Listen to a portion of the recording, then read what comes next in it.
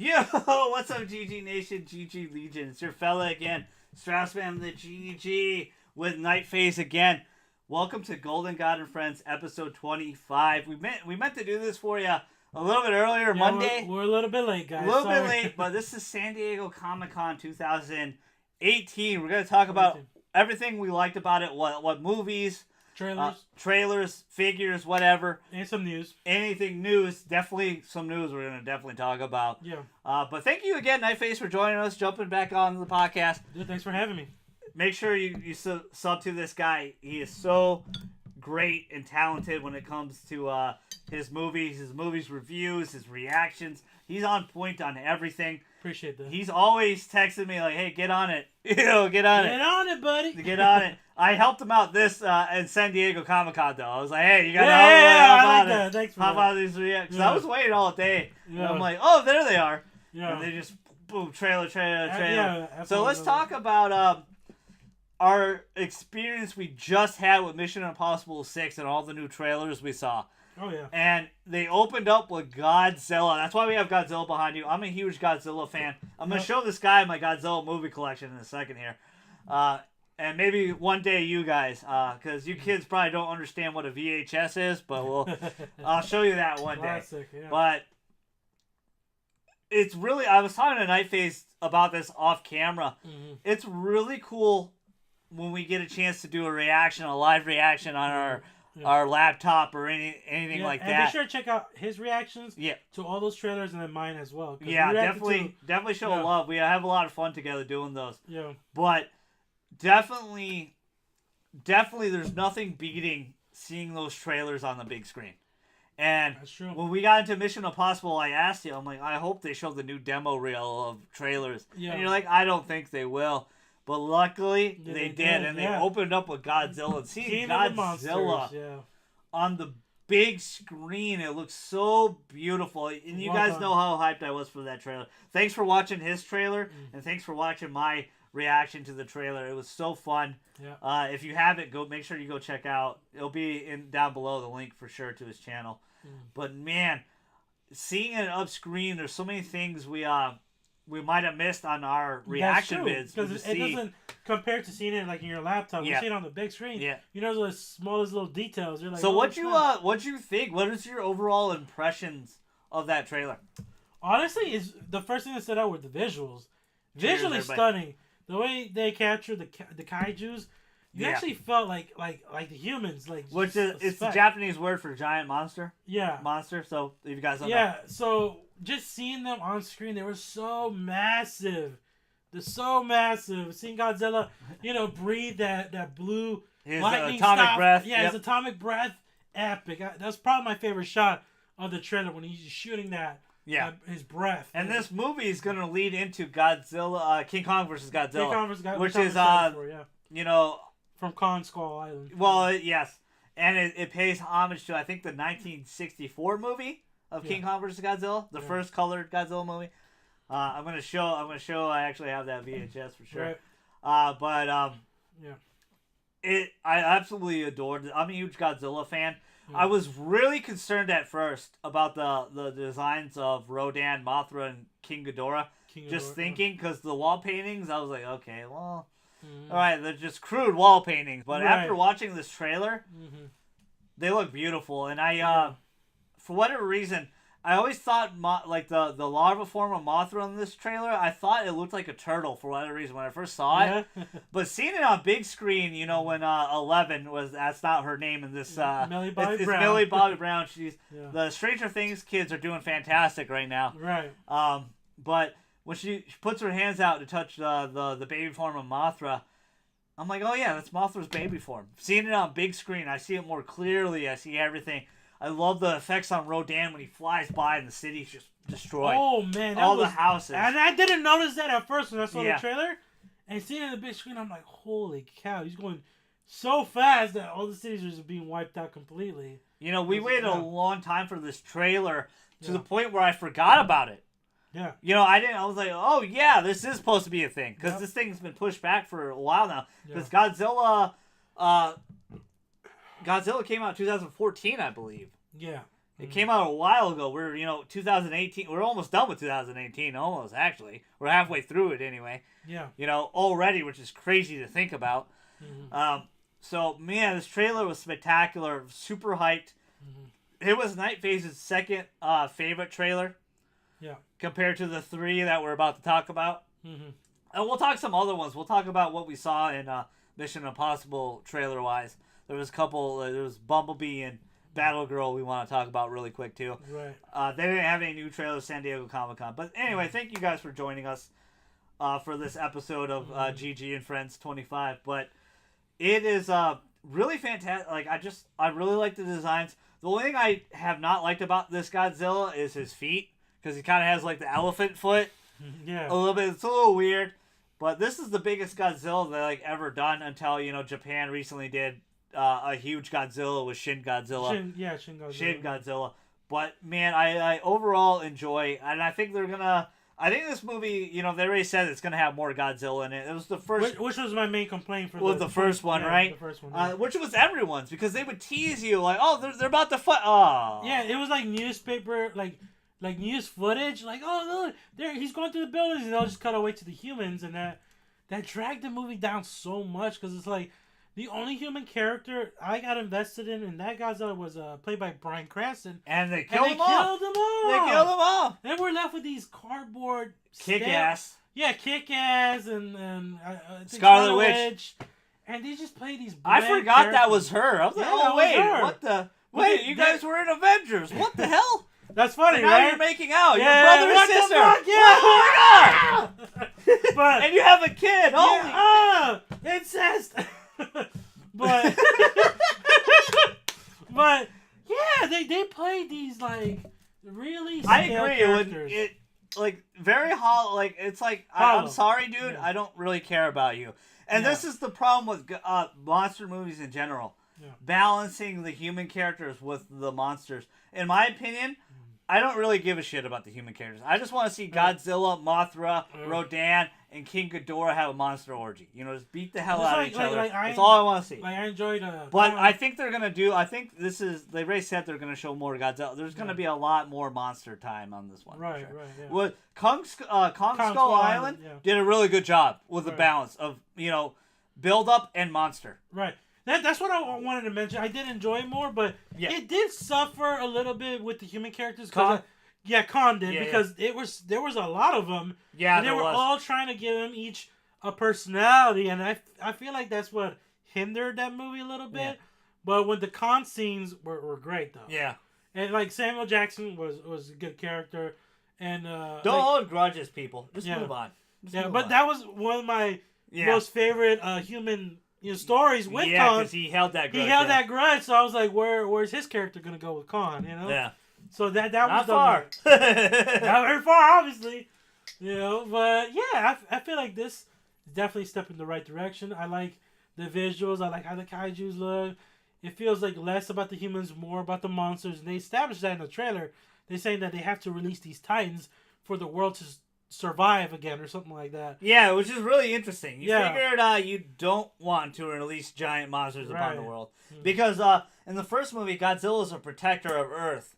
He's a natural protector of Earth. If these monsters get out of hand, he kills them and gets rid of them. Yeah. They made him out to be a hero. Yeah. Earth protector. I wouldn't say hero, just Earth's guardian.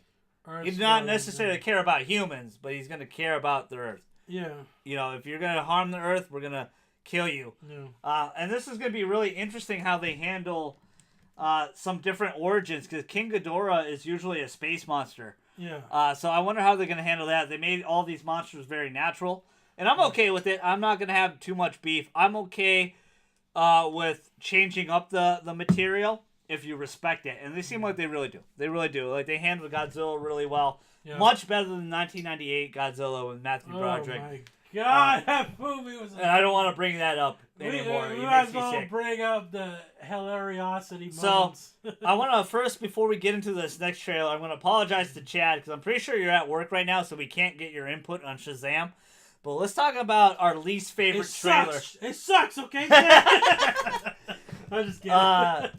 This is our out of the 3 that were new to us that we really were excited for San Diego Comic-Con. All 3 of these came out within an hour of each other. Just boom, boom, boom. Yeah, because they had the Warner Brothers panel, and they're like, "Oh, here, trailer." I feel like their panel delivered. Theirs was the best. Yeah, and Comic-Con. And like we if you guys didn't know, Marvel wasn't there, so yeah, they took a back seat. I feel like they held back. It's rightfully earned because of everything they delivered this year. Yeah. This is Marvel's year, so expected. Yeah, they and plus they have the Disney Expo, so they could just always do it at Disney. Yeah. But I was okay with that because, of course, I wanted DCU to shine. Yeah. Or DC World Order, whatever. They changed it now. It's like World Order, like you said. Some they World, did change World the name. of DC, I believe that's the new name. Yeah, World of DC. World of DC. I don't like it though. DCU was a lot better. Yeah, but you know what? Like I was reading. I think. Go ahead. I'm sorry. I apologize. I am so sorry. I do this to every guest. I'm used to it already. I'm a rude moderator. Go ahead. I think they changed it because I think they're trying to wipe that bad taste out of everybody's mouth. I was just gonna say the same thing. Go. Yeah. No, I was gonna say the same thing. Yeah. They're trying to, extinguish themselves. To a new direction with Aquaman. Like this is basically their phase 2. Correction. Is what you're saying. It's like you're right. Yeah. But correction. Aqua Bro. Sorry. Woo! Redheads. Redheads, gotta love them. Yeah. But let's talk about Shazam, because you and me had the same thing. We're not sold on it yet. We're very off put by it right now. We're not in favor or dislike. We're just in the middle. Yeah. Of Shazam. So let's talk about what didn't appeal to you about Shazam. Well, again, sorry, Chad. Yeah. Well, by the way, Chad really loved the trailer. And take this with a grain of salt because I'm unfamiliar with the character Shazam. I only read a little bit about him, and I know he's supposed to be like this man-child, this boy in a grown-up's body. And I get the tone they're going for, and I'm okay with them bringing in a lighthearted tone because I feel like that's what the DC really needs. But I feel like it was kind of overkill in this trailer, judging by the trailer alone, because it was more of just like slapstick, silly humor. And it's really interesting too because it's not the official trailer yet; it's teaser trailer. Teaser trailer. They just spliced. But it was like a 3-minute teaser trailer. Yeah. So, dude, it was the official trailer one. I don't care what you say. And I feel like a lot of people that enjoy the trailer, and this is just my perspective on everyone's reaction to this, is they give it a pass. They said, okay, I'm okay with this. I want to see this because they've always wanted to see like a lighthearted DC kind of film. When you told me about that really shocked me because I didn't feel like a lot of people would just approve of this trailer. Yeah, and I was shocked too. I felt like people would be like in agreement. Yeah, they'd be like, I don't know about this Shazam and these jokes and it feeling like a Nickelodeon or Disney kind of movie, but people were in welcome arms to it. And I feel like that has to do with, everyone's tired of this dark universe, this, DC movies being so dark and brooding and just like depressing at times. And the one movie that really did great, that looked like it was going to be dark and brooding, was Wonder Woman. That movie was such a ray of hope for DC, and it's their shining gem compared to all these other movies. Yeah. And you guys can't throw the Nolan movies in there because they're not part of the DCU. Yeah. They're before the DCU. I wish Nolan was still really a big part about this. I know he's like an executive producer, but I feel like his hands is really not involved at all in it. Because if it was, it wouldn't be this bad. I guarantee you that. And like you said, it's very much a second phase for them. This is their second wave to start fresh. New name. Get the bad taste out of your mouth. I felt the same way, though. I didn't really... A lot of the jokes didn't really hit with me yet. Yeah, the Fortnite dance and... the Fortnite dance and a few other things yet. I'm not in a... I don't want to hate on him because he's a decent actor. I got no beef with him. Zachary Levi. I just don't feel like he's Shazam to me. You could clearly tell the suit was foam. They didn't let him get in shape. They just put a big foam around him. Yeah. But I think his humor. I think they brought him on because of his humor. His humor is gonna work because Billy Batson is a small. He's a kid that runs into this ancient being, this ancient god that gives him this power. And this is an origin story for sure. it is connected to the DCU because you see the Superman and the Batman that was a nice newspaper clips. Yeah. They have the one kid from It in here as well. He's a crippled young fellow. Yeah. It looks interesting. I'm not going to write it off because I am probably going to go see it. We always go see the DCU movies anyway. Right. Because we want to talk about them with you guys. Because we don't hate DCU. Like, I don't want to give that the perception. I might like Marvel more.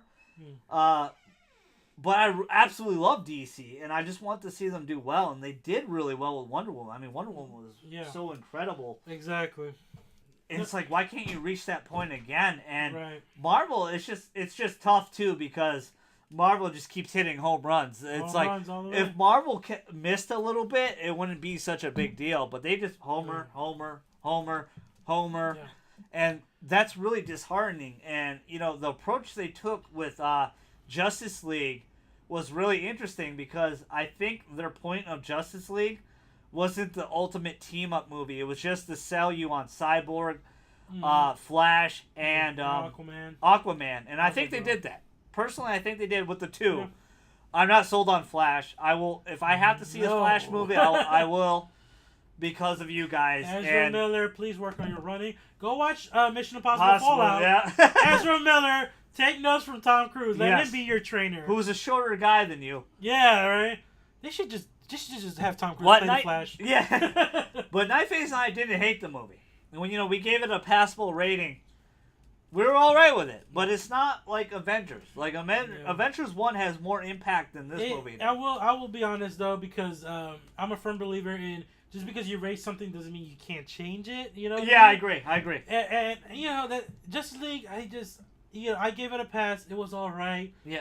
But I never had that like anticipation to return to watch it. Yeah. Because I only seen it once. Or this guy, when he saw the Avengers Blu-ray trailer, he's like, dude, day one, I can't wait. Day one, all the exclusives, day one, yeah.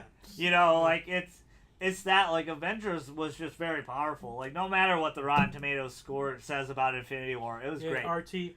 It was great. It was fantastic. Yeah. And this trailer, I mean, I understand what they were getting across. We do apologize if we got off on a tangent, talk about DCU a little bit more. But this has a big part in the DCU. Right. So, do you think we're going to see Black Adam and The Rock in this? I thought we were supposed to. 'Cause I guess he's supposed to get his own movie, too. Yeah, but, I mean, no, well, actually... If you guys don't know who Black Adam is, he's the rivals to Shazam. They're both warring gods. And The Rock was already cast, like, a long time ago. Yeah, a long time ago. But, see, that's the thing that worries me, is, like, when you see this trailer, I don't picture Black Adam in this movie at all. Yeah. Because of the cameo, tone. maybe? Maybe he'll just have a small cameo? Mid-credits. I would say, if there's a chance of him showing up, it's in the mid-credits. Because at the end of Justice League, they're trying to make the Legion of Doom, as we saw. Yeah. They referenced that. I don't know if they're going to go fully commit to that. Yeah, we don't know now, so... Yeah, but like you know, like you said, the jokes, like when he's like, dude, I don't even know how to pee in this thing. I'm like, okay, that's just Nickelodeon type. Yeah. Kind of kiddie, kind of humor. I agree, it really is kind of kiddie. You know, it's not like that Ant-Man kind of Wasp, and I hate to compare it to the MCU, but clearly that's what they're trying to go for, is a lighthearted tone, and, you know, like Ant-Man and the Wasp. And again, guys, like what Nightface says, just take our opinion with a grain of salt. You guys know we don't judge, we don't hate, we're all about love. Yeah, and you can... Feel free to discuss this in the comment section. Yeah, please tell us what you think. A lot of people disagree with me about the Shazam trailer, and I see why. Yeah. I understand both viewpoints, like, you know, that this is what we need. Like, we respect your opinion. Right. Just respect ours. And a lot of people have pointed out to me this movie, the Shazam trailer reminds them of the movie Big. If you're familiar with that movie. What's that one? It's a Tom Hanks 80s movie where basically he plays a kid who... Oh, yeah. Very much like the Robin Williams movie. Yeah, where he's in a grown-up body. Yeah. Yeah, and I feel like that's really what they're going for. And I love that movie. Yeah. I love Big, you know, but it's just jarring. It's just very jarring that they would, you know, go all the way down to, like, Nickelodeon-type humor. And I just felt a little off-putting, you know, me personally. And to be fair, this is a teaser trailer. Maybe a lot of this footage doesn't make it. Yeah, exactly. Very true. But again, out of the 3 trailers... this was the least favorite. Yeah, this is my number 1 for me is Godzilla, obviously. But number 2, let's talk about which was your number one. Which was my number one. Which we just saw on the big screen, which we just talked about, Godzilla. Like, it's nothing like seeing it on the big screen, watching that trailer on a big theater. And that is Aqua Bro. Aquaman. And off camera, Nightface and I on the phone on Saturday night, San Diego Comic Con, we were so hyped. We were talking about it. Yeah. And we were like, man, the CGI doesn't look too good in this. Yeah, we were a little off by the CGI in certain parts. Yeah. But then when we saw it on the big screen, we're like, holy crap, it looks so really clean. Clean, very well polished. Like the one scene that I felt like, okay, that stood out like a sore thumb was the Coliseum scene where the crowd is cheering. They're like, yeah. And it looked better in the big screen. Yeah, it really did. The one scene I thought was with that war where they're fighting in that like underwater volcano. Before the Aquaman title comes up, right? Yeah, it's all these monsters and stuff. I'm like, yeah. That's CGI. But when I saw it on the big screen, I'm like, that looks a lot better. It looked amazing. It looks really good. Yeah. Looks really, really good. I am a big fan of Jason Momoa. I always, I apologize to all the Aquaman fans and, that particular Aquaman fan that I used to work with. I used to make fun of her all the time. Of liking Aquaman. Shout out to you. You know who you are. But they're doing a great job. I like Jason Momoa as Aquaman. I like, Johnny Depp's former wife as Mira. God bless you. Let's have a moment of silence. God bless you. Let's have a moment of silence for Amber Heard as Mira. God bless you, Amber. You are, she looks great as Mira. I feel the connection pretty much. And what I really liked about the trailer and what I liked about Justice League with Aquaman, he's so scared to accept his responsibility. He doesn't want to be king. It reminds me a lot of Black Panther, I do admit. It has that I agree. Yeah, it kind of has that, story quality to it, very similar. Yeah. But, if it's still going to be refreshing to see because of the way it's done. Because, you got Wakanda, it's his own thing, and then you have this underwater world. And we've never been underwater. And it looks like they're going to do it a lot better because Nightface, we're talking about it in Justice League, they formed this weird, whirlpool, and then they talked. Like, you can't do a whole movie. You can't do a whole movie like that. That was one of the decisions that was just so baffling to me. Yeah. It's like, if they're underwater, they can breathe underwater. Yeah, why can't they talk? Why make a bubble? Like, I did not understand that. I think because they actually had him underwater. Yeah. A lot of the scenes they actually had him underwater and stuff. Yeah. And you guys know me in Batman vs. Superman where I made fun of Jason Momoa. And again, to the person I worked with, I used to make fun of Jason Momoa underwater. I'm like, I'm Aquaman. Oh yeah, I remember that. But I'm struggling to breathe right now. Like, but it was all in good fun. See, that was just horribly shot. Like, fucking terrible. Because it looked like they literally dumped Jason Momoa in some community pool they fucking rented for one day. Dropped him in there and told him, okay, you need to hold your breath for at least 3 minutes. And here's a fucking pitchfork we just found at the local thrift store. And he's just there, it looks so awkward. And that's all it really was. It was super weird. Even when my dad watched it. It's so laughably He was like, bad. what the hell is that? Yeah. Like, that's supposed to be Aquaman, Dad. Yeah. And then when he saw Justice League, he was like, oh yeah, I really like him as Aquaman. Yeah. Drinking Jack. Polluting the ocean. Polluting the ocean. Aqua Bro. Rock on, Aqua Bro. But I like this story a lot where he's scared of that. He's really scared to be a king. Yeah. And he has all this amazing power. Yeah. And he doesn't want to accept this responsibility. So this would be a fun story for him. And Black Manta's in it, and plus his brother. I keep forgetting. I think his brother's Ocean Master. I think that's who it is. Yeah, the blonde hair dude? Yeah, I think it's Ocean Master. I keep thinking, I'm like, who the hell is that again? Yeah. I think it's Ocean Master. One thing I did notice is the actor who portrays him is from The Conjuring, and James Wan is the director, so it makes sense that he would use him. So and he told me James Wan's a horror director. He's on Saw and stuff. It's interesting because he's a fantastic director for the genre. So it'd be interesting to see him, what he brings to Aquaman. Yeah. This is completely different for him, So and that might be a good refresher for him too. Not doing the same thing over and over. Exactly, and he even expressed in interviews that it's really refreshing for him to step out of that genre into something new. So Who am I gonna mutilate today? You know. Yeah. Have the jigsaw doll in the water. Let's play a game. But this was his #1 favorite trailer. Yeah.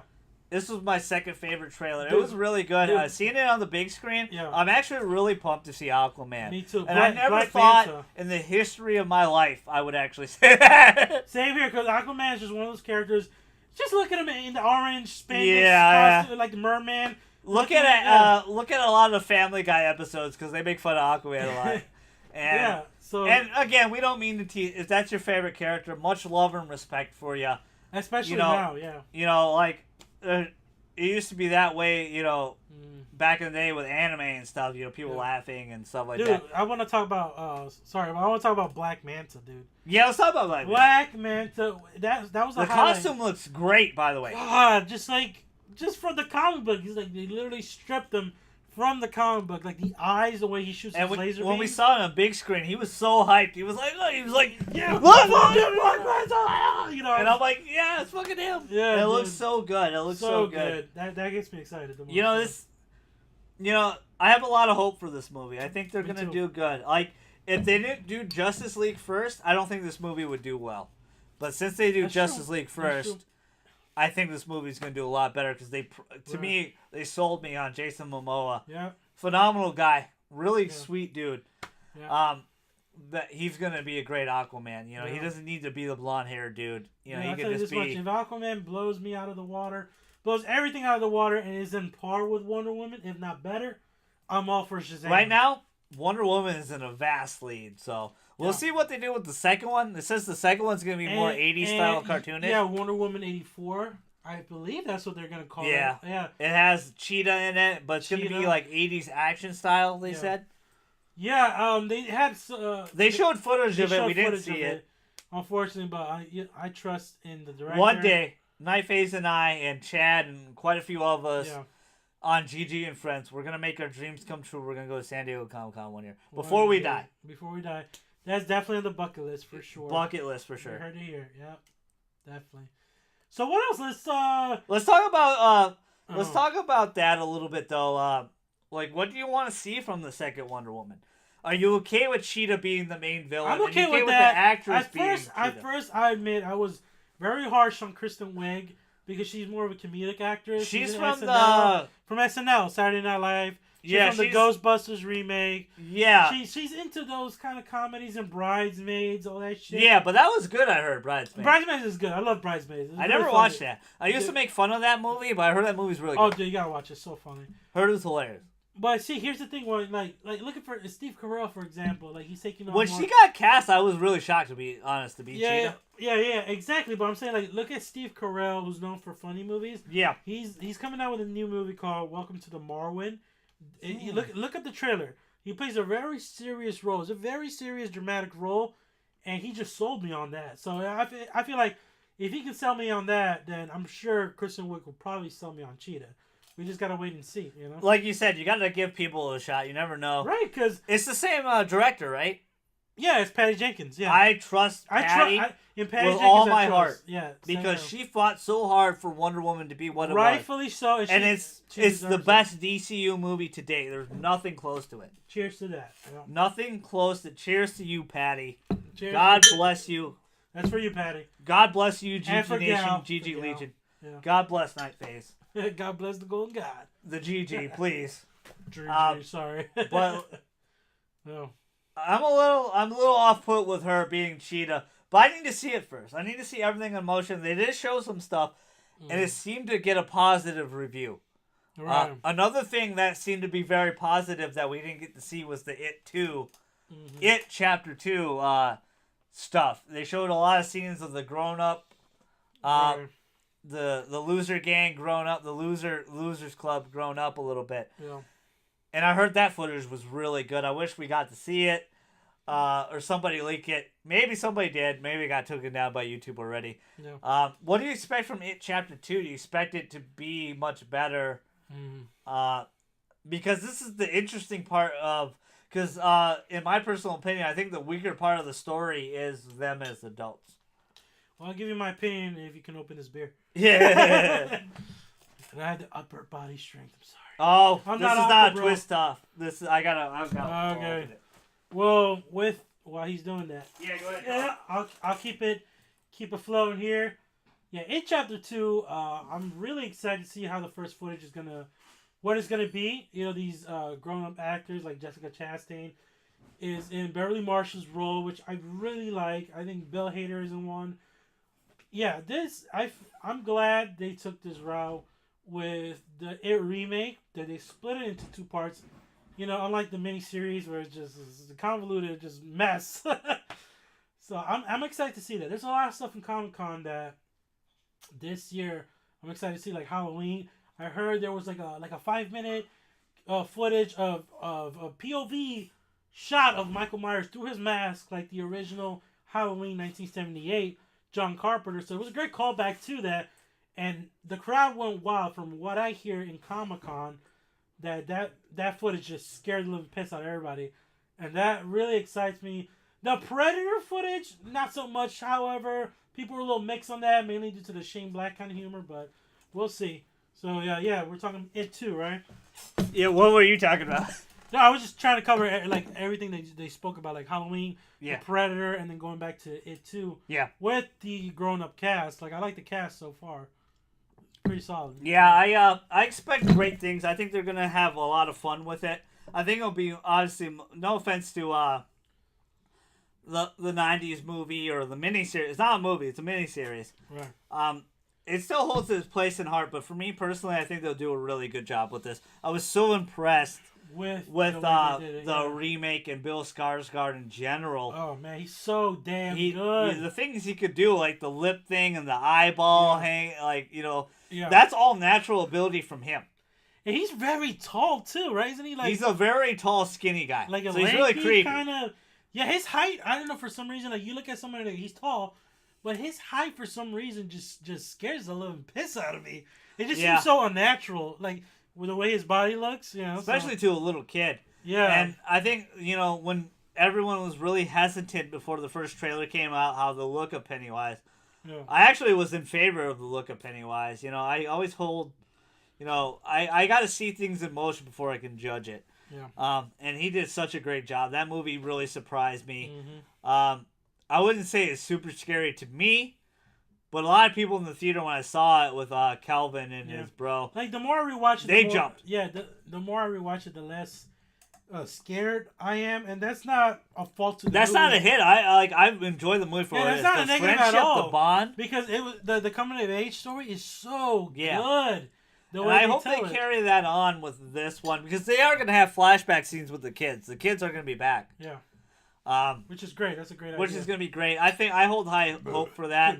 Let's talk about a couple other trailers before we move on into San Diego Comic-Con. Ones we just saw, and which is Bumblebee. Let's talk about Bumblebee. Yeah. Again, I said this in the Mission Impossible review, which will be up tonight. This one will be up tomorrow. To give you guys some content for you. I saw last night on Hulu, and I'm just like, 2.5+ hours just gone. Like, there's really no reason for this to exist. But you made a really valid point of the Bumblebee. It's this coming of age story between owner and the girl and Bumblebee. Bumblebee. And it's a prequel. Yeah. Set in the 80s, like you said. So, sometimes to achieve greatness, you have to start small. Yeah. And I'm a firm believer in that. Like, people usually get more, directors usually get more with a low budget, with their movies. Because they got to really think more, yeah. Exactly. And when they work underneath that budget, they really get to deliver more. Like, for example, like a perfect example is M. Night Shyamalan.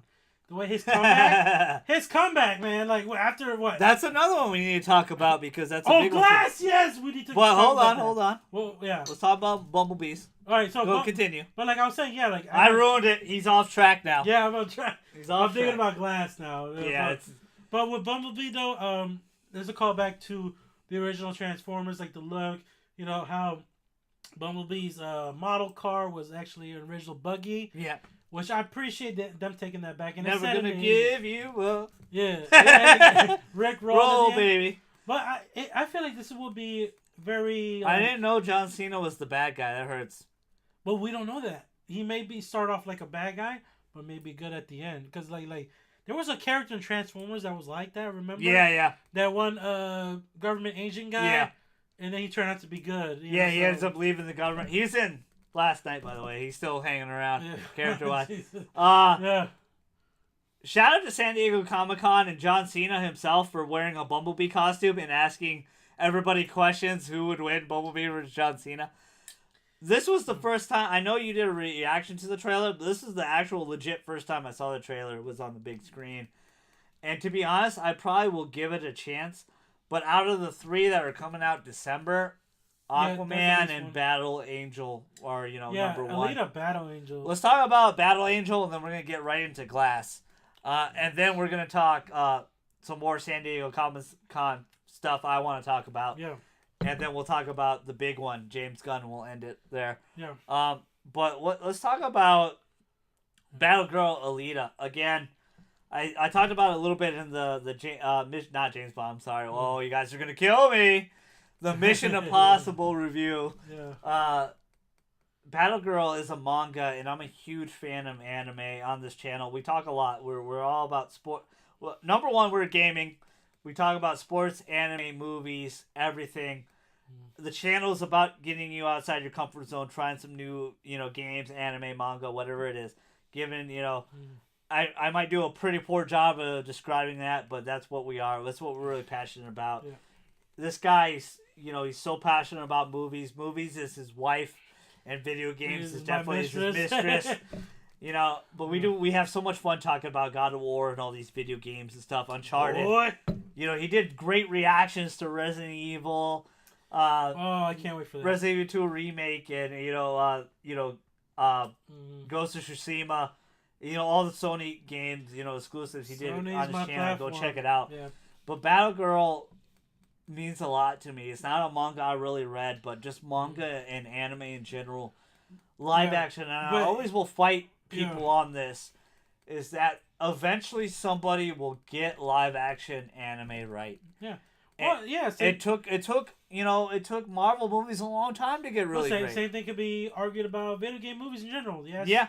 They all haven't been good, but it'll be one. Eventually. You're right. Video game, one that I know they could do well instantly, and I don't know why they haven't done it, is Dead Space. It'd be an incredibly great horror movie. That's a good point. The loneliness, the depression of that all ship. they gotta do is incorporate that first Alien kind of feel. Incorporate that with kind of like a... And let's not do a Rock movie with Doom. I love your Rock. I remember that movie, yeah. But they went off the rails with Doom. They paid too much homage to Doom. Yeah, see, that's the point. Is that you have to find a right balance with the source material, with the movie you're making. You can't just go 100% cater to the fans. There's your POV shot, BFG, motherfucker.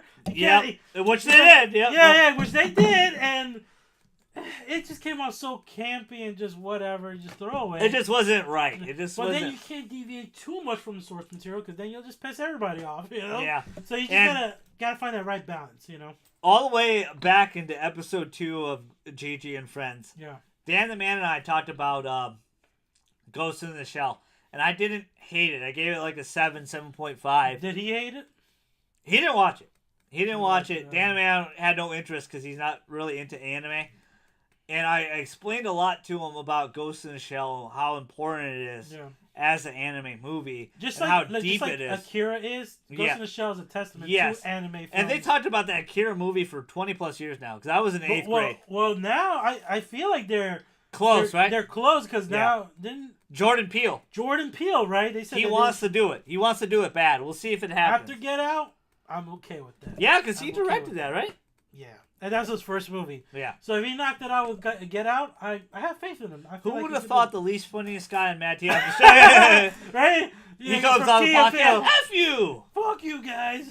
He's an incredibly sweet person, man. Him and Michael Key. Yeah. Key and Peele is a great. But I like company. to see that from directors when they're really passionate about a certain source material that they want to do it. They want to step out of their comfort zone to do it. As much as we want to gripe upon Ghost in the Shell, and it wasn't perfect. No way it's an A+ movie at all. No chance in hell. But they paid a lot of homage to the source material, and a lot of people complained about the whitewashing. But Scarlett Jo did a good enough job in the sense that they explained the whitewashing that they because she's like a sentient AI anyway. Yeah. Well, yeah. Well, the thing is, spoilers for this movie, if you guys haven't watched it, is that they actually used Japanese bones to make her. Right. Yeah. But they made her look like Scarlett Jo, which I like. She was originally a Japanese person. Right. And then the author and the manga artist, he was all in favor. He's like, dude, stop being bent out of shape. This whole whitewashing is all this. I don't believe in that. I don't believe Hollywood's just out to it's nonsense. Honestly.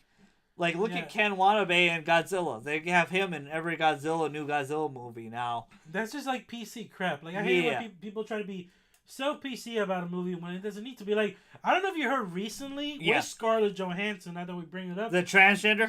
Yeah. And she backed out. And she backed out, because everyone hated on her. You don't know the finished material until you see it. So how are you just gonna judge? And honestly, let's be honest, man. When you watch an anime, what do they look like? White people. Exactly. Yeah. They don't have slanted eyes. They don't have anything. They don't look Asian at all. And nothing about, being Asian, obviously, since I'm half Filipino. Half Filipino, half white. It's so true that you say that, yeah. But you got to get over that. They're not just going out. If you can get an A-list like Scarlett Jo to make Ghost in the Shell, I'll sign off that, and I'll be like, we got who? Yeah. Hell yeah. Again, that movie wasn't super perfect, but I feel like Battle Girl Alita has a lot of potential because of James Cameron, Robert Rodriguez, right. and the way they use CGI. The A-list cast, bro. Holy I love snap. Christoph Waltz. Christoph Waltz is a great actor.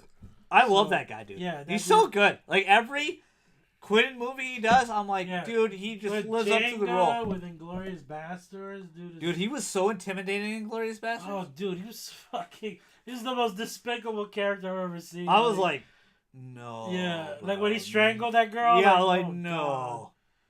Dude, but and just in the beginning, do you have milk? Yeah. Oh. And he's tapping on the floor. He's like, okay. Yeah. Oh my God. Dude, and then when Django started and I'm watching Django, I'm like, wait, that's him. Which is so great. He's so talented. Yes. He basically played the opposite in Django. You love this character so when he looks so different with the beard and the long hair. And I love it's ironic if you think about it. And Quinn has mentioned this. Yeah. He specifically wanted Christoph Waltz in Django to play a German because he wanted to show the bad side, like in Inglourious Basterds, and he want to show that the good side in Django, and he captured that so well, man. So bravo. That's the thing about life, man. There's always a good and bad to everything. Pro to con and everything. Yeah. But this movie has a lot of potential, and I hope it really does well. Yeah. I'm a little concerned that you mentioned to me that it's the same day as Aquaman and Bumblebee. Heavy competition that day, yeah. In my personal opinion, I would go see Aquaman and this first, Alita, then Bumblebee sometime later, maybe next week after or whatever. Yeah. Most likely, I'll take off so I can watch all three. I mean, he's so this guy is so passionate with it. Because I like all three of them. And that's what I love about him. The passion I have for video games, he has for movies. Right. Where video games are my wife, and then movies are my mistress. Movies and anime are my mistress for sure. Right. Where video games is my number one form of entertainment. Right. And how highly I speak of Persona and many other Sony-based games. And one that I will keep on the outlook for is the Metal Gear Solid movie. They showed a lot of the screen writing and the screen pictures. Not actual movie yet, but of the Metal Gear Solid movie, like the drawings of it. The concept art, yeah. And I'm an idiot for not saying that. But yes, the concept art. That's cool, that's what they showed for sure. And it looked pretty good, It looked pretty good. The Uncharted fan-made film looks pretty good. Yeah, like Nathan Fillion, I feel like is. Dude, I feel like he's this guy. I feel like he's Nathan Drake, man. That fan-made film. See, I like it when they do stuff like that because it shows the studios. Thank you for watching that, by the way. Watching both of ours, it did so well on both our channels. Yeah, but like, I like when they do things like that because when they make a fan-made film, they show the studios, look, the passion. Passion shows, and it can show the studios, look, this is all you need to do. Don't think too outside the box. You can do something. Yeah. This great in such a small shout out scale. Going to the Philippines, where I was born. Yeah. But I really enjoyed that short film. They really captured everything about Uncharted, what makes it so great. So if they have a bigger budget, they could even make it a TV series, and I'll be okay with Let's talk about that. You're right, and I'm excited. I hope it has potential. He was at San Diego Comic-Con talking about it with IGN. Oh, really? Yeah, so it has some... It blew up, like you said. It did, yeah. And the reason why I did the film, the reaction was because of him. He's like, dude, you got to see this. I know you're a huge Uncharted fan. Games. Yeah, Go see it. And I saw a lot of friends that morning talk about it. I'm like, if Knifeface tells me to do it, I got to do it, man. Yeah, exactly. I got to do it. But let's talk about one you're super excited about. I did watch the trailer. I watched your reaction video, and I absolutely loved it, adored it for your passion about it. But it might not be a movie I actually really will see.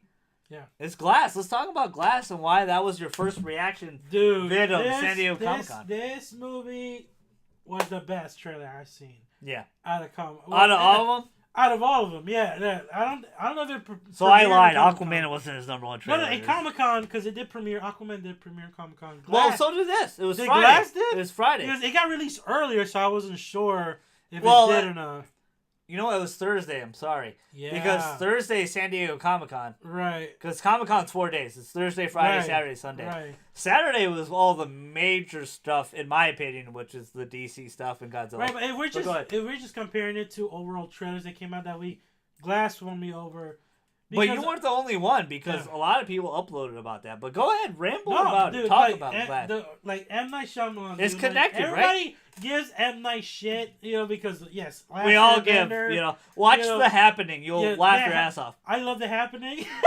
It's a guilty pleasure. It's one of those movies that's so bad that it's good. Yeah. So, but I really loved Unbreakable. Yeah. I really loved Sixth Sense. And Signs. Right, so did I. Then he kind of lost me with Lady in the Water. Right. But this is genius of Shyamalan. I'm liking that he's returning to his roots. Yeah. He knows what the audience wants to see out of his movies. And he intended to release these movies, like Split, and do like an Unbreakable trilogy. That was his original. And hey, it's happening. Now it's happening because he's bouncing back. And I really appreciate that. To me... I'm sorry. No, go ahead. It's super fascinating to me because I never thought Split would be ever connected to Unbreakable. But go ahead. That's the genius. He took a risk with incorporating Split with Unbreakable, combining it with that universe, and now he's gonna give us the send off, the third installment to the Unbreakable trilogy. To end it off. Yeah, to end it off. And these characters, the way he was able to bring back Bruce Willis and Samuel Jackson from Unbreakable, these characters that we really like, and then incorporate Split, because James McAvoy is so good. He's so good in that role. McAvoy, he don't get enough credit, man. Yeah. He was good as a young Xavier. Yeah. Especially in X-Men Days of Future Past. That movie was incredible. Right. Yeah, but I heard it, like you told me, his performance in this movie is insanely good. Yeah, if you watch Split alone, he has to basically play 14 different people, right? No, 24 personalities. 24. I mean, in the movie, you will see maybe 10 of them. Yeah. But they explain there's 24, and the 24th is called the Beast, which is the personality that gives them... the most evil, right? Yeah, that personality gives them superhuman strength and animal agility. That's why you see him acting like a beast. And that was the... it seems like they're making this universe superheroes, though, right? Yes, that's what Unbreakable was. When you watch Unbreakable, Samuel Jackson's character, Elijah Glass, Elijah Mr. Price. Glass or something. His name is Elijah Price, but he has an interesting story. He's called Glass, yeah. The kids used to call him Mr. Glass because of how sensitive his bone is. but he has an intelligent IQ, and his obsession with real life superheroes because he's a comic book collector. So he meets Bruce Willis's character who survives a train wreck and who can't literally yeah, unbreakable. He can't die. And if you watch the movie, definitely go watch that movie. That movie still holds up. I need to rewatch it. I was a little kid when I saw that movie. Dude, like that movie holds up and is one of my favorites because it takes a superhero formula and it grounds it to such a believable level. Yeah. That you feel like, yo, this really could happen. Like if you watch Avengers, you're like, yeah, I don't see that happening. But if you watch Unbreakable, you're like, that could happen. Yeah. Someone could just realize without knowing that they have these abilities. Like one interesting point in that movie Unbreakable is like he asks him a simple question: when's the last time you ever had the flu? When's the last time you ever been sick? He cannot remember. Yeah. He asks his wife, honey, do you remember the last time I called off sick from work? And she can't remember. What I remember as a kid, what made Unbreakable good that stuck out to me was the contrast between the two characters. Yeah. One indestructible, one very destructible. Exactly, and that's what's so good about it. But now you have this other entity woven in. Yeah, you have this wild card thrown in, which is James McAvoy's character, the Beast, and that's what makes Glass, the trailer so intriguing. Yeah. And I like the idea of M. Night Shyamalan taking this direction where they're basically in a psych ward. They're all in an asylum, being studied and examined by this one lady, and she says it in the trailer. She's a specialist in people that believe they're superheroes. Who believe they're superheroes. They have a condition. Which is great because I feel like Shyamalan here could really capture his twists, his mojo back. Yeah, his mojo back because he's the king of twists. Very much how Stella got her groove back. Pretty much. Yeah, how Shyamalan got his groove back. Which in a lot of ways, a lot of people say he did with Split. Like he got his mojo back. He did. That's when I first noticed, and it's funny. You speak highly. I mean, you're like, hey, you got to watch this, you asshole. Yeah, pretty much. But it's funny when I first watched Split, I was watching it and I was like, okay, where are they going with this? Okay, his 24th personality, he's a beast. Okay, they're incorporating the supernatural element. Doesn't make sense. Fine.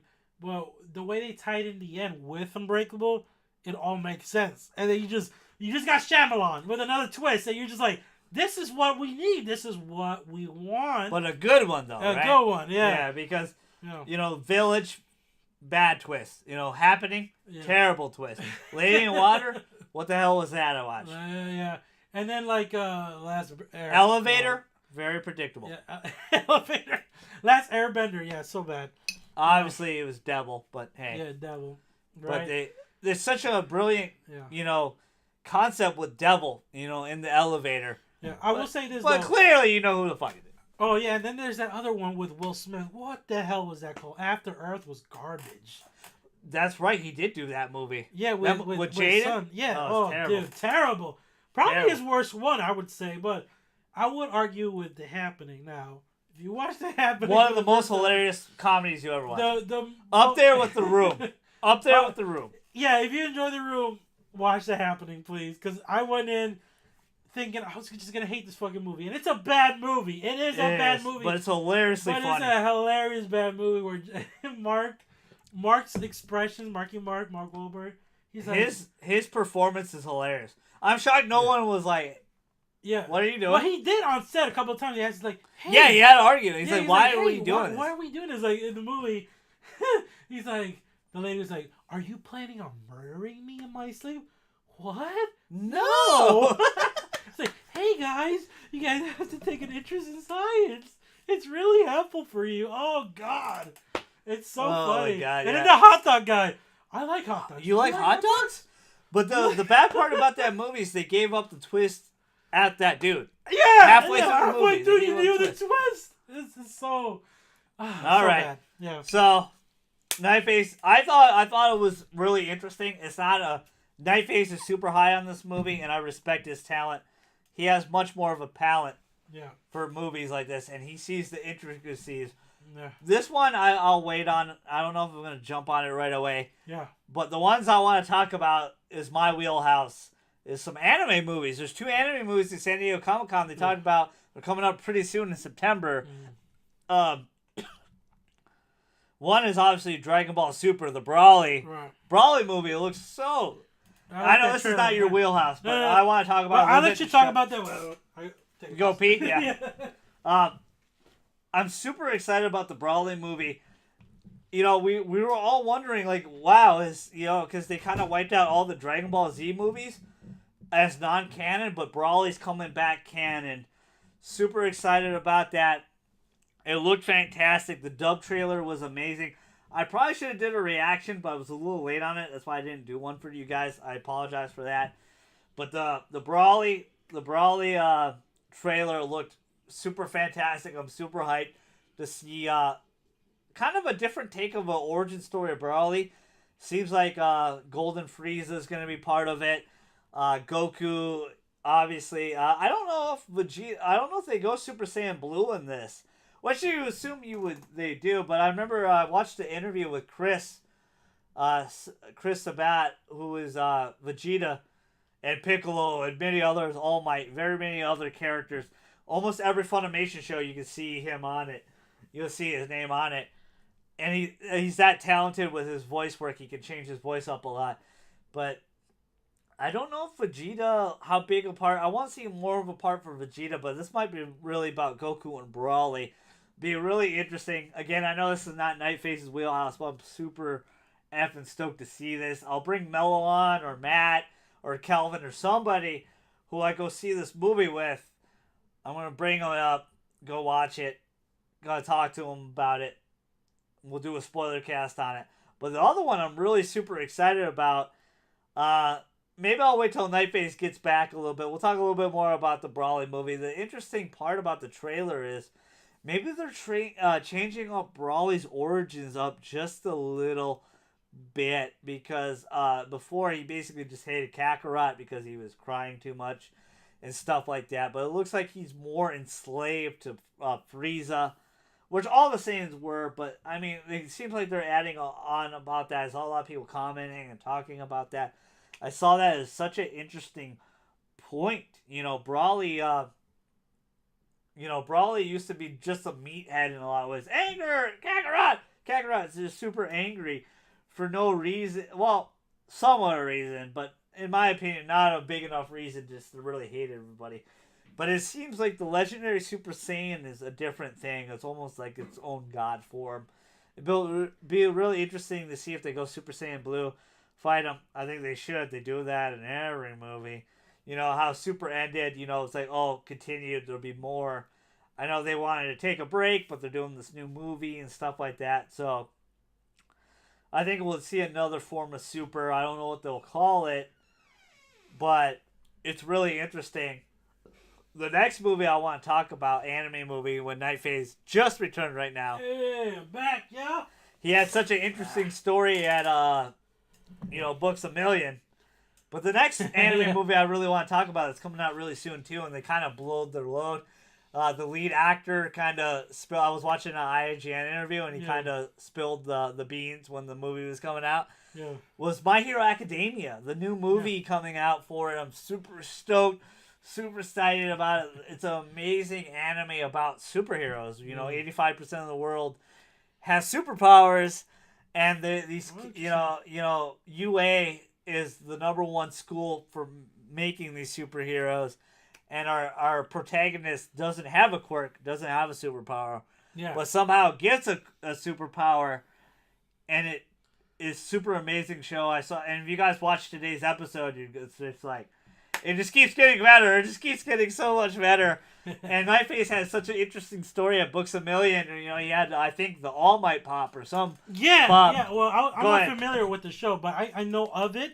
Because of this guy. This guy loves this show. Yeah. He's always. I'm going to get him out of his shell. He's going to watch it one time. Yeah, one day, yeah. But, so I was at Books A Million, looking for pops, and I ran into one of the... I made this guy into a Funko head, and I feel bad. It's a terrible disease. Feel bad for As my you can wallet. see, it's my... Feel bad for my wallet, okay? It's always crying. Mine too. Look at all those San Diego Comic-Con ones and stuff. Yeah. I got to show you. After this, I'm going to show you my San Diego Comic-Con Okay, one. cool. But I found one Funko Pop from that show, from My Hero Academia, and there was one guy looking at Pop that he just lit up. He's like, "Oh shit, that's that Pop, that's that character." Blah, blah, blah. And I was like, oh, I wouldn't know. I don't watch the show. He's like, you don't watch the show? I'm like, no. No, my buddy does. My buddy does, you know. And he's like, oh man, you got yourself a good one there. I'm like, well, here, have it. I'm okay, you know. You should have it. Hey, dude ran straight to the register after I gave him the pop. And that is Nightface's deed for the day. Really nice deed. Yeah. But, you know, the creator, Horikoshi, he based a lot of his characters off Marvel and DC superheroes, which is really cool. It's really interesting. That's cool, yeah. Mostly Marvel. I think he said specifically Marvel superheroes. Okay. You know, All Might is very much like Superman, Captain America, like #1 hero in the world. He's really interesting. But, man, the story gets really deep and emotional right from episode 1. And I'm like, holy crap. Because everyone was telling me to watch it. And I remember, I'll tell you my story, how I watched it, which most of you guys heard on Anime Time.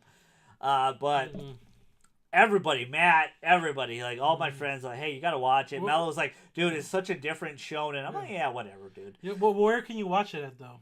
You can see it on Crunchyroll, Funimation, Hulu, Hulu. Okay, I have Hulu. So. Yeah, check it out on Hulu. If you want it dubbed, it's only Funimation. If you want to read it subbed, it's, you know, Hulu everywhere, Crunchyroll, which is not bad. I watched it. Sub is ahead of dub. So it's 2 episodes ahead of dub, so I was watching the sub, and then I watched the dub earlier today, too, before we went to the movie. But the movie I'm super excited about. They kind of spilled the beans. Justin Briner, the lead actor for Deku, he plays the main character, Deku. No. His first major big gig. And he does such a great job as Deku. And Deku is such an interesting character, but they spilled the beans. September, I think, is also the time you'll see this movie. Again, I'll try to get Mello, Kelvin, or somebody on to do a spoiler cast for this movie. I'm super excited. I want to go see it. Yeah. I'm really excited about this movie and where it takes place. I don't know if it's canon or not, but My Hero is a big thing. Right, yeah, and I see that. Yeah. It really is. And I was one of the fools that was like, yeah, whatever. But I watched season 1 and 2 before season 3 came out, the day before season 3 came out. Yeah. Like, I watched a week ahead. I finally watched episode 1, and I was like... You were just hooked, right? I was hooked. I was so shocked how good and emotionally deep it was. Yeah. And as a guy that's familiar with shonens like Dragon Ball and One Piece and Naruto and stuff like that... Right. Really a big fan of Dragon Ball, Naruto, and One Piece. And, you know, Bleach, I really liked the first season. Right. But shonens are a unique form of anime and manga about a young boy becoming a hero on this journey. That's what it's about. But what I love about Horikoshi's work is that he takes so many different turns. He doesn't follow the shonen formula to a T. It's different. Yeah. And the emotions and the feelings and even the slight romance in the show, I like a lot because a lot of shonens don't deal with that. Like, I don't know, like romance is like the least amount, and you know it sounds weird, but romance isn't bad. You know, having a loving, most of #1, like even Mission Impossible we just watched had romance in it. Yeah. You know, romance is a powerful thing if you do it right. Yeah, exactly. And they do, but a lot of shonen artists, manga artists and stuff, they just don't seem to be into that. They're like, nah, we ain't gonna do it. But Horikoshi does the interesting part of it with high school kids, you know, like interesting. And it's just really amazing. But I fell in love with it after watching it, and it's a really good show. Okay. I know the manga's way ahead, which is good, so they can animate the episodes. Yeah. You know, I'm kind of an anime only dude, but I respect manga, and I understand the debate. Manga will always be better than anime because you can't like animate every single thing because it costs a lot of money and stuff like that. Yeah. But I'm super stoked for those 2 movies. Let's bring Nightface back in. We're gonna talk about the last 2 things, and I think it's James Gunn and something else. Was one more thing we're supposed to talk about? The Dark Phoenix stuff? Let's talk about that first, and we'll end it with James Gunn. All right, yeah. But yeah. I hate to do this. I gotta pee too. So I'll fill him in. And then just segue we'll in. hop into it. Yeah, so a lot of beer, guys. This is what happens. Drink a lot of beer. But, so there's been rumors. Rumors for now. I don't know if it's been confirmed yet. But the Dark Phoenix film that's slated to release next year and New Mutants, you know, from Fox are supposedly being canceled by Disney. They're just axing these films that I feel like they're close to finish, and it bums me out. You can watch the video in my channel. Very kind of controversial subject because people are divisive in it, and it will always be that way when it comes to any fan base of any film. I mean, look at Star Wars, for example. So I understand from people's viewpoints. I was having conversations with certain people about this. Certain people feeling like, oh, you need to trust in Disney's decisions, and they know what's best for their studios, for the box office, and I get that from a business perspective. But from a fan perspective, me personally, I wanted to see Dark Phoenix. I wanted to see the New Mutants, and the reasoning behind. Sorry. Yeah, it's all good. The reasoning behind Disney just canceling these two movies is because they said supposedly that the acting was bad, the writing was bad, everything about it. They didn't have faith in it, and they just feel it'd be better to start off with a clean slate with Fox being, incorporated now with the MCU. And Nightface did an interesting video about this. So, it filled you in, I'm pretty sure. Fox is officially bought by Disney. It's official now. It's sealed. It's official. Yeah. There was a rocky start, but they upped the bid. They kept it. Fox, they brought back Fantastic Four and X-Men, which you're like, oh, only 2 items? Like, no, that's a shit ton of characters. Yeah, it is. A lot of characters. The interesting part that he brought up is that they might cancel Dark Phoenix and New Mutants. Yeah. New Mutants, I was really kind of excited to see, but if they canceled it, it wouldn't be a big deal. Dark Phoenix is almost done. I think they should continue that movie. That's what I'm saying. Yeah, we don't know officially. It's just rumors right now. Yeah, and you just can't go by how you think Disney should handle their properties. Yeah. Or how you feel about a particular X-Men movie, because there's always 2 sides of the spectrum. I always argue. Yeah. Like with X-Men Apocalypse, everyone says it's shit. A lot of people say it's shit, but a lot of people liked it. Like, I was one of the ones that I thought it was okay. I agree. Yeah. It was okay. Days of Future Past was much better. Of course, that's a masterpiece. That's much better. Even a lot of people didn't like the Wolverine as much, but I loved the Wolverine. I thought Wolverine was much better. James mangled, and that was studio interference. Which brings me to my next point: is the studio interference part. When they're interfering, they're making these like snap-neck decisions. We the fans are the ones that should make the decision. Yeah, we the fans get the short end of the stick because. But do you? This is an interesting argument we talked off camera. Yeah. I really believe in Marvel. If they feel like that's the best course of action, right? If they can just incorporate these characters, because remember in Avengers 2 they could not say mutant. Yeah. Oh yeah. You're like Scarlet Witch and Quicksilver. You have a special ability. Right. You're not a mutant. They couldn't say that word because Fox owned that word. Now they can technically bring in X-Men, which is huge. I hope they wouldn't wipe out all those actors. I hope they would incorporate most of those actors in. And see, that's what worries me. Including Ryan Reynolds, I think. That's what worries me. James what about McAvoy, X-Force and all that, right? Right, like James McAvoy, Michael Fassbender, the cast for the most part are great. Kobe Bryant, no. Yeah, Kobe Bryant. Academy Award winner Kobe Bryant. It's crazy to say that. Yeah. But James McAvoy, Fassbender, he's incredible. And Hugh Jackman, personally, I wanted to see how this Dark Phoenix turned out because we didn't get that live action till The Last Stand, and that was just, that was just like whatever. I'm totally with you because I would like to see Dark Phoenix portrayed better. And like you said, Apocalypse, they hinted at that. She went Dark Phoenix. Exactly, and that was the original. That's the idea they were going for. And even with Deadpool 2, they have a scene literally that was on the set of Dark Phoenix. And that's why they were able to cameo those guys in. Yeah, they're like boop. They close the door on Deadpool. We don't want to deal with this fucker right now. I understand from Disney Marvel business perspective, box office wise, that they feel like these 2 movies are just gonna be a hinderment to. It could be free money though. Right, but that's what I'm saying. It's I don't feel like if they're almost done, which I feel like they are. They should just release it. Yeah, I feel like if it does. But we don't know. We don't know for sure. It could be tomorrow. We could find out when I put the video up.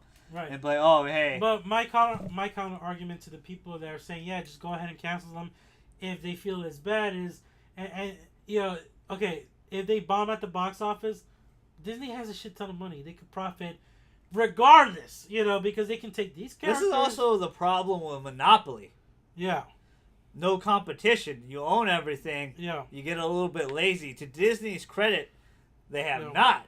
Mm-hmm. With the Marvel property, with Star Wars, they very much so have gone lazy. Yeah. Well, that's another point to my argument is, look at the Solo movie. That bombed at the box office. And they put a hold on all Right.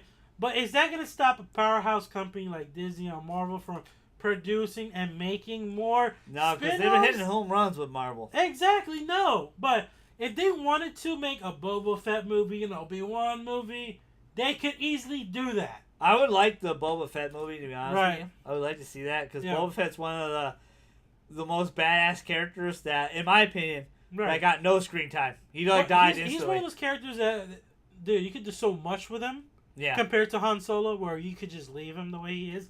He really... Yeah, and I will always argue that... If Harrison Ford was so much younger, yeah, they could. And that's something I always argue with the Solo movie. It felt pointless, because you really didn't need to explore Han Solo's past, because... And I would agree 100%. Yeah, I didn't think it was super awful, though. I thought he did a lot better than I thought. Yeah, But it's not like a A-plus effing movie. It's like a good, solid 6.57. Yeah. I didn't hate it. I had fun. Right. And most people did for the most part, and that's the argument I'm making with. But the thing is, it just didn't make any money. Yeah. It made zero money. Yeah, and that's the thing they're afraid of, like Dark Phoenix, New Mutants, and I feel like, it doesn't make money. Is that going to stop Disney and Marvel? No, it's not. They can easily turn that profit. Where was this rumor, if I may ask? It was on various sources, What the Culture, comicbook.com. Plenty of sources. Those are pretty good sources, actually. That's what I'm saying. That's why I feel like they're viable sources. You can guys Google it if you want. And one of the main reasons I feel like this rumor couldn't turn out to fruition, it could actually be true, is because the first thing they said is that it's hinted that the Disney-Fox merger deal is done. And it's happened. And it happened. It's official. And they said it would be announced sometime Friday or Saturday, and guess what? It was announced. So, so I'm worried now. I'm just like, oh, shit. And you may hate X-Men Apocalypse. You may not have faith in those kind of X-Men I own that Blu-ray. I actually enjoyed it. Right. But regardless, it's okay. Yeah, it's okay. But regardless of the case, how you may feel about the movie, you can't argue the fact that aren't you at least curious to see the finished result, to see how these movies were supposed to be. Like, I know I am. I would love to see a cut of this film to see how bad it is, because they exaggerate. They said it was as bad as Fantastic Four. No way. Nothing is worse than that movie. That baffles me. How can an X-Men movie, be I as bad as that? So excited for Disney owning Fantastic Four now, though. Oh, yeah, absolutely. And what potentially they could do. That was some of these guys were missing big time in Infinity War and Civil War. Because of their storylines. X-Men and, Fantastic Four. Yeah. Getting to see these characters, I bet they're cast right. And even Jordan, Michael B. Jordan talked about how he was so excited to be part of the Marvel Universe. And like you said, he was the #1 villain. There was nobody better that excites portraying a villain was him. Like, you really felt for Killmonger. Yeah, and that's really what excites me the most is the Fantastic Four property they own now. Because what I want to see is Doctor Doom done right. Yeah. Because he's one of the best Marvel villains.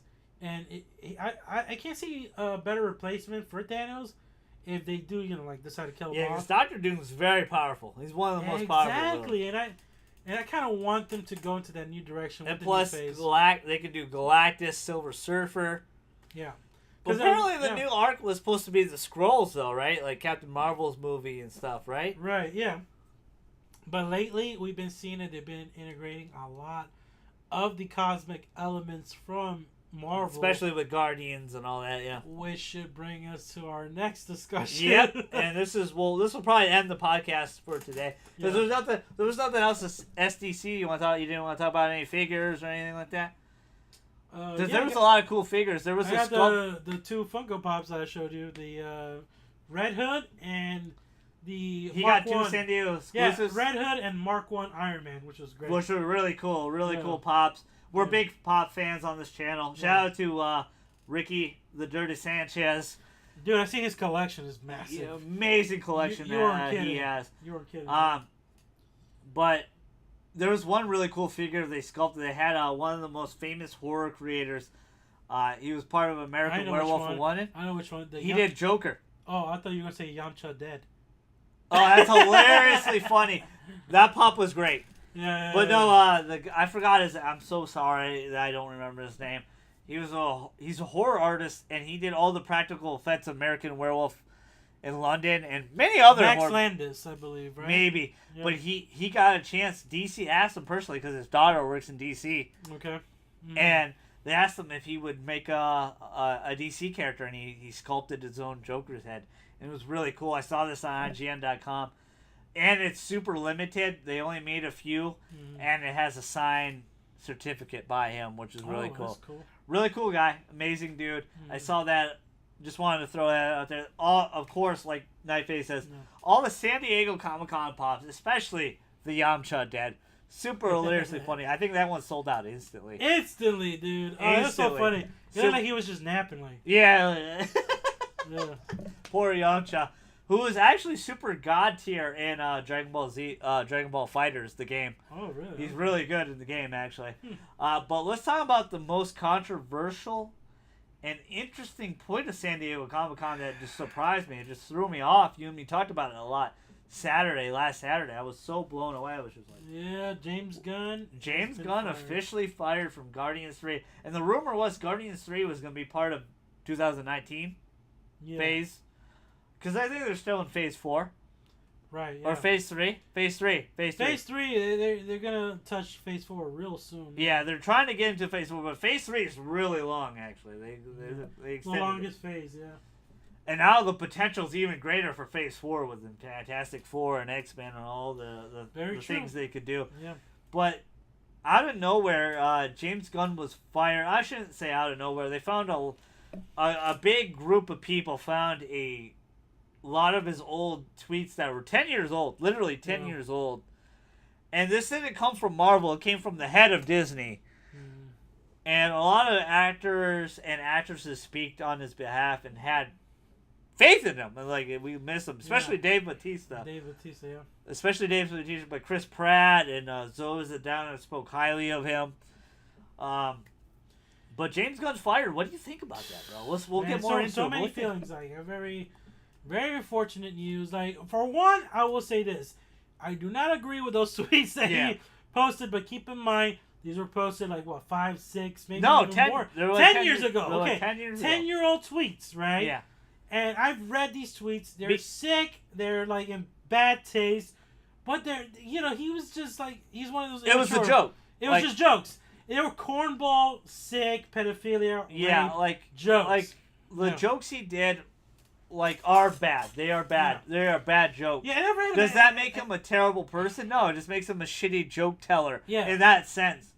Yeah. But to be honest with you, I don't really agree with the firing because they knew what they were getting into when they hired him from the first place. They forgave him. Yeah. The dude literally made them $1 billion with 2 movies. And they said that he has grown from that because, he... Dude, in 10 years, you change. You change as a person, exactly. Yeah. And again, on the channel, we don't condone what he did, but people fuck up, bro. Like, people mess up. You can easily look at my Facebook timeline and see how fucked up I was. And to this point, and I think this is... Like, I hate to bring this up because we're such a more peaceful podcast and we have a lot of fun here. Right. But we're so sensitive nowadays. Like, social media has made us really sensitive. Yeah. That, I hate to say it, that almost too many people have a voice. Yeah. But that's the thing. It's like, it's because Disney, they made this they panicked for sure, I think. They overreacted. This impulsive decision to fire him over some, like right-wing, political anarchist group, whatever the I would fuck say they more are. left-wing. Huh? More left-wing? Whatever wing, not to get political. But it's this group, this fucking group that clearly had it out for James Gunn. And that's the sad part, is this people went through his whole timeline of 10 years. Yeah. They clearly had it out for this guy because of his political views. They targeted him, and they brought it up to Disney and said, look, this fucking guy posted these tweets, something years ago. What are you going to do about it? What are you going to do about it? And they fucking caved, man. And again, we don't condone what he did, but I don't think he's a bad person. I think he learned. He's 10 years. Like, you accepted him when you hired him. Yeah. Where you were like, you know what, we forgive you for that stupid crap. Because he was known as a hothead for a while. Anyway. Yeah. Yeah. And he's grown. And Batista and so many others have spoken. Batista's like, he's such a loving, caring man. And they like, stated... you changed in 10 years, They stated that the Guardians of the Galaxy films actually helped him grow. Yeah. As a person, cater to his audience. Because, I mean, you do look at his previous films like Super and Slither. They're really fucked up films, you know. I actually love Slither. I thought it was a great horror movie. Right, and Super has a really awkward kind of like rape scene, but it was What's like Super? It's like this take on a superhero vigilante guy. He wears like a red costume. He hits criminals with a wrench. Check it out. I gotta check it out now. It's on Hulu. Check it out. Okay, I will. But I recommend it. I really like it. It's very dark. Watching it tonight. There you go. Very dark and twisted, but in that film, he had like a rape scene, and he played it up for laughs because it was the girl raping the guy, right? Which usually doesn't happen. So that could be considered bad taste for sure. Yeah, it's considered. But again, it's movie. It's work of art. It's not real. Right. It's considered. Yes, like you may not agree, with his jokes or whatever, but that's all it is. He had a sick sense of humor. I know a lot of people that have a sick sense of humor. A lot of us do. A lot of us do. Like freaking Jose had a sick sense of humor all the time. Yeah, big time. Yeah, so I technically do too. Yeah. Like people say some off the wall shit. That doesn't mean they mean it. Like, yeah, dude, I would just slit his throat and just. Some people are very lucky. Like, so, very lucky that they get away with some things and stuff like that. It's just a real shame because I don't think James Gunn is a bad person. I think he just was made an example of, and the reason being is because they fired somebody from Agents of S.H.I.E.L.D. Yeah. That was very political centric, like right wing, and I think they canned her. So since he was left wing, they had to do the same thing. And it's just a real shame that people would go out of their way just to ruin somebody's life. Well, completely. Like, he's super rich. Here's what pisses me off. Not super rich, but he's rich enough. Here's what pisses me off about this PR decision. Yeah. That's what it really was. Handled awfully. Basically, the statement that Disney's given is saying, you're not allowed to have a voice. You're not allowed to have political views. You're not allowed to feel a certain way. You're not allowed to be yourself. You're not allowed to express yourself on social media. That's the whole point of social media. 10 years ago. 10 years ago. And they knew about it, and he apologized for it, and yet they catered to this fucking group that targeted him for his, they targeted him because of his political views. The petition to rehire him is like over 300,000 views. Right. But you see... Signatures. This could be the catalyst now, more than ever, of a lot of actors and famous people in general having to delete their past You talked about one director in particular deleting a lot of tweets. Rian Johnson deleted over... Star Wars Episode 8, by the way. He deleted over 10,000-something tweets, maybe even more. He just did that. That's crazy. And that raises a lot of eyebrows. What does he have to hide? Why is he doing that now? Did Disney... And that's a shame that you can't have a voice anymore. And did Disney force him to do that? Did Disney say, you need to delete these past tweets? I wouldn't say Disney forced him, but when he saw that happen, he was like, oh, crap. But you see, that's my point. Because all it takes is people to get riled up and just get fired. And it shouldn't be that way. It should not be that way at all. It's a real shame. I don't approve of this, and please tell us down below what you think. I think it's overreaction completely. I think the guy made you $1 billion. The guy has grown. He's become a great director for you guys. Yeah. This opens the door for a lot of other people, though. I don't know if Guardians Volume 3 is going to make 2019 now. It'd probably be pushed back. But there's a lot of, you, for example, and many others on social media are like, oh, Taika Waititi could easily do it. He's super busy with a movie now. That's fine. I'm okay with that. But yes, I agree. He could totally do it because I felt like Thor Ragnarok had a lot of Guardians vibes, especially trailer-wise. Oh, yeah, it did, yeah. Had Guardians Galaxy vibe for sure. I'm just... Yeah. Like whether I agree with the guy's political view or not, because I'm totally not into what he totally believes in all the time. Yeah. But I respect the man. I respect people's opinion. Yeah. I respect doesn't mean you have their judgment. You have to go out of your way to like crucify the man. Yeah. And just just ruin, just sabotage his work. By means of blackmail in a sense. In a lot of ways, that's really what it was. Yeah. And it's a really shame that people are like that, but but people are just jerks. Yeah, but because of that, you open up the floodgates to a lot of people now saying like, okay, well, if this actor is being crucified for these tweets, well, how come this actor's not? How come she's not? She said this. He said this. You're fully aware of what this person has done in the past, yet you don't condone them. Do not fire them. It's like, come on. Yeah, like simmer down. Yeah. Simmer down a little bit.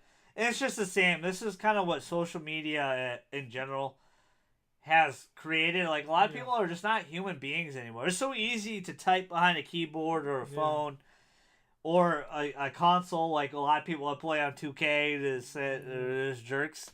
Like, get over it a little bit. Like, you feel so powerful behind that screen, but face to face, you don't have the guts. Exactly. And it's just a real shame that Disney caved in. They caved into internet trolls, basically. They really did. It's a shame. I feel so sorry for James Gunn. Now that you got a lot of free time, maybe make a I don't have it. I have it somewhere behind you. Maybe make a Lollipop Chainsaw 2 video game. Shout out to you. I love that first game.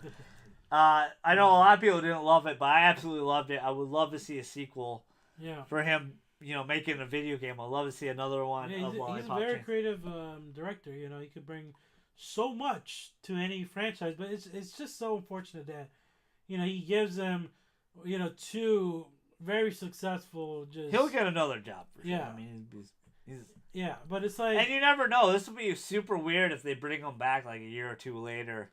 If they struggle with Guardians 3 and they're like, Well, a lot of people are... Which is super crazy because he already wrote the first draft and handed it in. Yeah.